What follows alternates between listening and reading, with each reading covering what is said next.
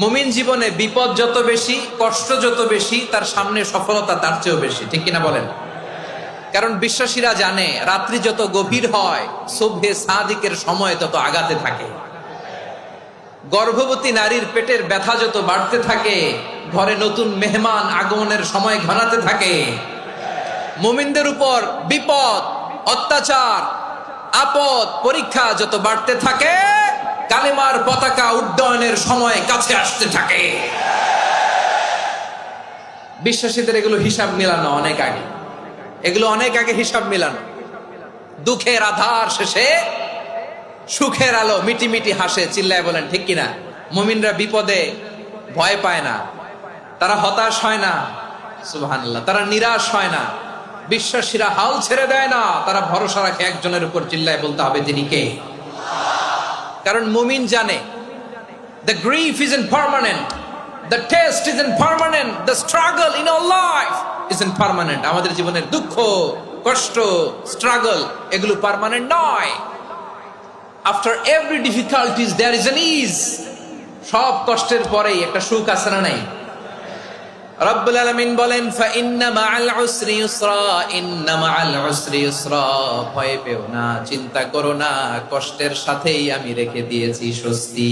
সুবহানাল্লাহ বলেন। দুঃখ যত বেশি, পরীক্ষা যত বেশি, কষ্ট যত বেশি, সুখের সময় তত কাছাকাছি, চিল্লায় বলতে হবে ঠিক কিনা? এজন্য মুমিন জীবনে পরীক্ষা বেশি, মুমিনদের হতাশা নাই। মুমিনরা নিরাশ হয় না, হতাশ হয় কাফিররা। মুমিনরা কখনো হাল ছেড়ে দেয় না, মুমিনরা ভরসা রাখে একজনের উপর, তিনি কে?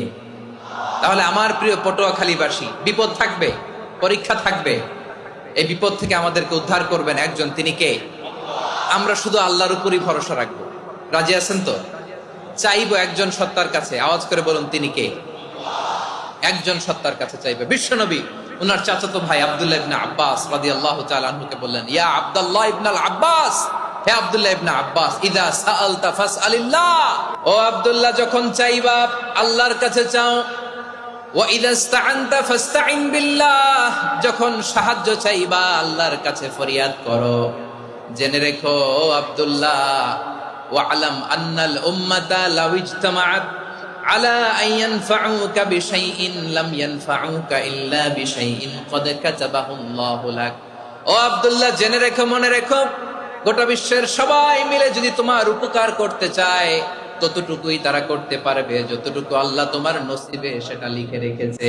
ঠিক কিনা বলেন?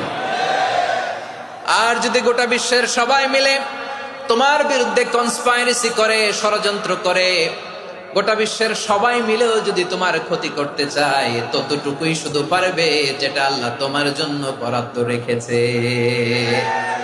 যতটুকু আল্লাহ তাআলা তোমার জন্য বরাদ্দ রেখেছে, অতটুকুই ক্ষতি করতে পারবে। আর এক চুল বেশিও করতে পারবে না, কমও করতে পারবে না। চিল্লায় বলেন ঠিক কিনা?